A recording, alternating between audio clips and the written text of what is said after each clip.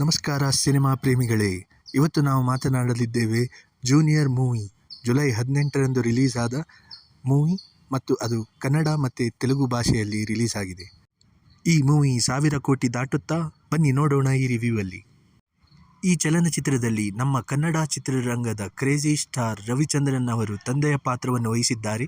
ಹಲವಾರು ಚಲನಚಿತ್ರಗಳಲ್ಲಿ ನಟಿಸಿರುವಂತಹ ಹಿರಿಯ ನಟಿ ಸುಧಾ ರಾಣಿ ಅವರು ಈ ಮೂವಿಯಲ್ಲಿ ತಾಯಿಯ ಪಾತ್ರವನ್ನು ವಹಿಸಿದ್ದಾರೆ.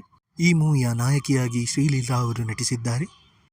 ಈ ಮೂವಿಯಲ್ಲಿ ಜನಾರ್ದನ್ ರೆಡ್ಡಿ ಅವರ ಮಗ ಕಿರೀಟಿ ರೆಡ್ಡಿ ಅವರು ನಾಯಕನಾಗಿ ನಟಿಸಿದ್ದಾರೆ. ನಮಗೆಲ್ಲ ಗೊತ್ತಾಗೋಯ್ತು. ಹಾಗೂ ಪ್ರಮುಖ ನಟಿ ಜೆನಿಲಿಯಾ ಅವರು ಈ ಮೂವಿಯಲ್ಲಿ ಬಾಸ್ ಪಾತ್ರವನ್ನು ವಹಿಸಿದ್ದಾರೆ. ತೆಲುಗು ಮೂಲದ ನಿರ್ಮಾಣ ಸಂಸ್ಥೆವಾದಂತಹ ವರಾಹಿ ಚಲನಚಿತ್ರಂ ಅವರು ಈ ಮೂವಿಗೆ ಹೂಡಿಕೆಯನ್ನು ಮಾಡಿದ್ದಾರೆ. ಈ ಮೂವಿಯ ಪ್ಲಾಟ್ ನೋಡೋಣ ಬನ್ನಿ. ಅಭಿನವ್ ಎಂಬ ಹುಡುಗನಿಗೆ ತನ್ನ ತಂದೆಯು ತುಂಬ ಪ್ರೀತಿಯಿಂದ ಬೆಳೆಸಿರುತ್ತಾರೆ.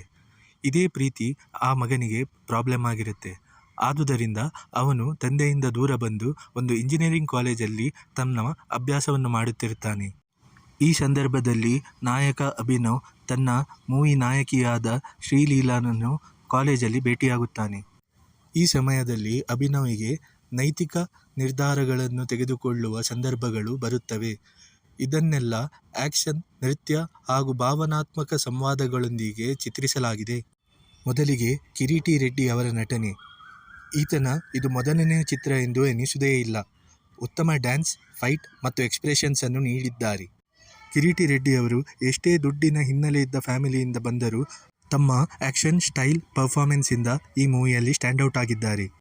ಈ ಚಲನಚಿತ್ರದಲ್ಲಿ ಕಾಲೇಜು, ಇಂಟರ್ನ್ಶಿಪ್, ಪ್ರೇಮಕತೆ, ಒಂದು ಜವಾಬ್ದಾರಿಯ ಶಾಖೆ, ಇದಲ್ಲದೆ ತಂದೆ ಮಗನ ಮಧ್ಯೆ ಇರುವ ಸಂಬಂಧವನ್ನು ಅದ್ಭುತ ರೀತಿಯಲ್ಲಿ ಪ್ರದರ್ಶಿಸಿದ್ದಾರೆ. ಶ್ರೀಲೀಲಾ ಅವರ ಆ್ಯಕ್ಟಿಂಗ್ ಮತ್ತು ನೃತ್ಯ ಎಂದಿನಂತೆ ಚೆನ್ನಾಗಿತ್ತು. ಆದರೆ ಅವರ ಸ್ಕ್ರೀನ್ ಟೈಮ್ ಈ ಫೋಟೋ ಅಂತೆ ಕಡಿಮೆ ಇತ್ತು.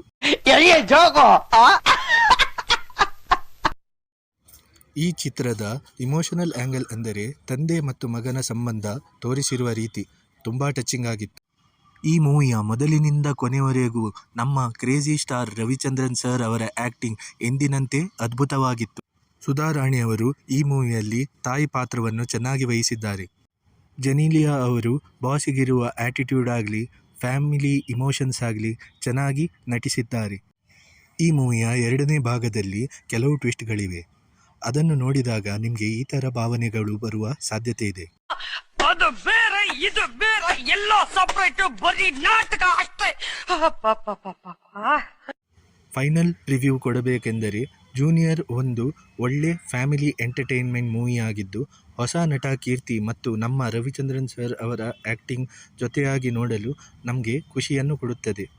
ಇದು ಒಮ್ಮೆ ನೋಡಬಹುದಾದ ಸಿನಿಮಾವಾಗಿದ್ದು ಒನ್ ಟೈಮ್ ವಾಚ್ ಅಂತಲೇ ಹೇಳಬಹುದು. ಕಳೆದ 2 ದಿನಗಳಲ್ಲಿ 3.5 ಕೋಟಿಯಷ್ಟು ಬಾಕ್ಸ್ ಆಫೀಸಲ್ಲಿ ಕಲೆಕ್ಷನ್ ಆಗಿದ್ದು, ನಾವು ಕಿರೀಟಿ ಅವರಿಗೆ ಈ ರೀತಿಯಾಗಿ ಹೇಳಲು ಬಯಸುತ್ತೇವೆ. ಈ ಮೂವಿಯ ಬಗ್ಗೆ ನಿಮ್ಮ ಅನಿಸಿಕೆಯನ್ನು ಕಮೆಂಟ್ ಬಾಕ್ಸ್ ಮೂಲಕ ತಿಳಿಸಿ. ನಮ್ಮ ಈ ಪ್ರಯತ್ನ ನಿಮಗೆ ಇಷ್ಟವಾದಲ್ಲಿ ದಯವಿಟ್ಟು ಲೈಕ್ ಮಾಡಿ, ಕಮೆಂಟ್ ಮಾಡಿ, ಸಬ್ಸ್ಕ್ರೈಬ್ ಮಾಡಿ. ಅಷ್ಟೇ.